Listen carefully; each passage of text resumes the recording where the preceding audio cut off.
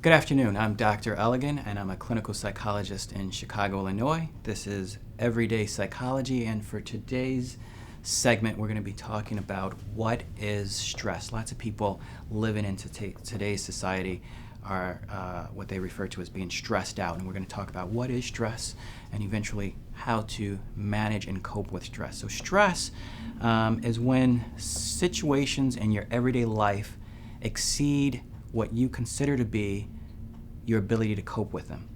So when demands on your life exceed your ability to cope, you experience an emotional state that is referred to as stress. And a key point about stress is that oftentimes people consider stress to be primarily negative. However, stress can be both negative factors as well as positive factors. So negative factors that can make a person stressed out may include being laid off from their job, being fired, their home going into foreclosure, children having some medical conditions. These are all negative everyday life scenarios that can lead to stress. However, many positive scenarios can also lead to stress. Some of these positive scenarios may include marriage. Marriage is something that requires a lot of adaptation and change, and another one of the ways of defining stress is anything that requires us to adapt or change or modify our behavior. So marriage requires a lot of change and adaptation. Welcoming a newborn baby into your life, something that you've been looking forward to for a good deal of your life. When that baby arrives and is delivered, life changes, and that can be very, very stressful for both the individual as well as the couple. The other key aspect about stress is that stress is past oriented. So one of the things that distinguishes stress from anxiety, and we'll talk about anxiety in another segment of Everyday Psychology, is that stress are situations or scenarios that have already happened in the course of the day. So at the end of the day, you're stressed out because you missed your train, or you missed the bus, or you ran into lots of traffic and you forgot your ATM card, so you didn't have money to get from the gas station, and now you're at home, you don't have anything in the refrigerator to eat, and you don't feel like going back out. So at the end of the day, you're stressed out because lots of little things have gone wrong along the way. So stress, when the demands of a scenario exceed what we consider to be our ability to cope with them, when we have to change or adapt our way of thinking, our way of feeling, or our way of behaving to adjust to these new demands, those are two factors that lead to stress. And stress is always in the past tense. It's things that have already happened, and when we reflect back on them in retrospect, we get a little overwhelmed and stressed out. There are a variety of different variables that can contribute to stress, and some of these variables are lack of control. Lots of research on stress has found that when people feel that they're out of control over scenarios that are taking place in their life, they tend to experience greater levels of stress when compared to the control group that feels like they have control over situations. A good example of this would be sound. A lot of research has also looked at how sound can be very stressful for people, especially when they don't have control. So if the Department of Water Management is fixing a pipe outside your bedroom window on Saturday morning at 7 o'clock in the morning, and you have no control over that, that's very stressful in comparison to your alarm clock going off, and you can just tap the snooze button and turn it off. So when you don't have control, things tend to be a little bit more stressful than when you are under control of scenarios. Daily hassles are another variable that can be very stressful for people. And daily hassles, I mentioned previously when I talked about the example of all these little things that have gone wrong during the course of the day, and now you're at the end of the day and you're overwhelmed. So daily hassles are little things like missing the train, forgetting your bank card, forgetting your lunch, forgetting your cell phone. And these little incidents in and of themselves aren't overwhelming, but when you put them all together at the end of the day, it can lead to the person experiencing a great level or deal of stress.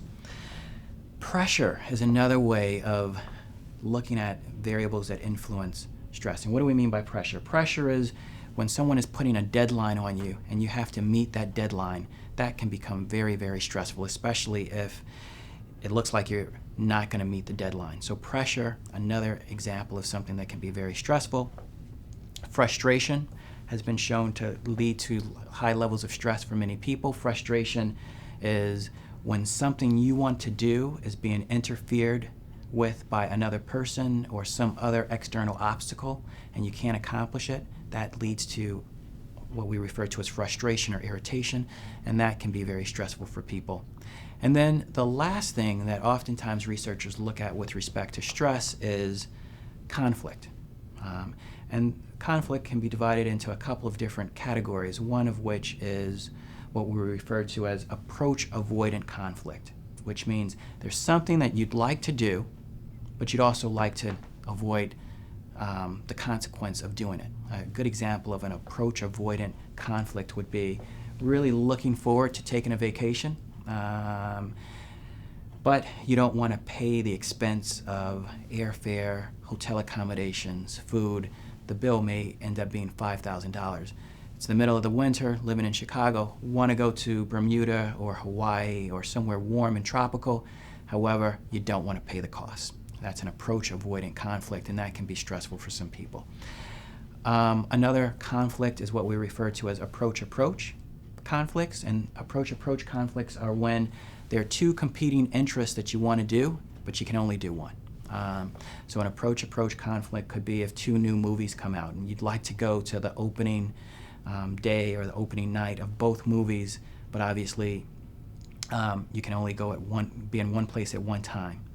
So that can be an example of an approach-approach conflict. And then the third one is avoidant.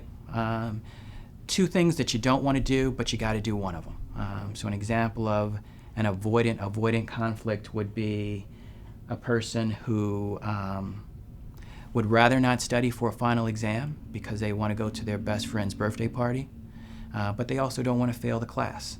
So they don't like either of those scenarios, and that can be stressful. So these are a couple of the examples of variables that lead to stress and things that make people overwhelmed in everyday life. In review, once again, stress is when the demands placed on an individual exceed their ability or what they perceive their ability to be to cope. Stress can be both positive and negative. There are many events in life that people look forward to, however, they require a lot of change and adaptation, and that leads to stress. The other thing is that oftentimes stress is past-oriented, so once these events have happened to us, they can lead to what we experience as an emotional state referred to as stress. There are a variety of different daily sources of stress that we just spoke about. Those include lack of control. Research has found that when people feel like they're out of control, they experience greater levels of stress than when they feel like they're in control. Pressure, when demands are being placed on you by someone else to meet a certain deadline or you feel pressure to meet a deadline.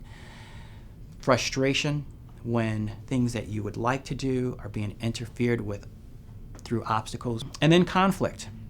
And conflict can be broken into a couple of different categories. I mentioned there's the approach conflict, two things that you'd like to do, can only do one.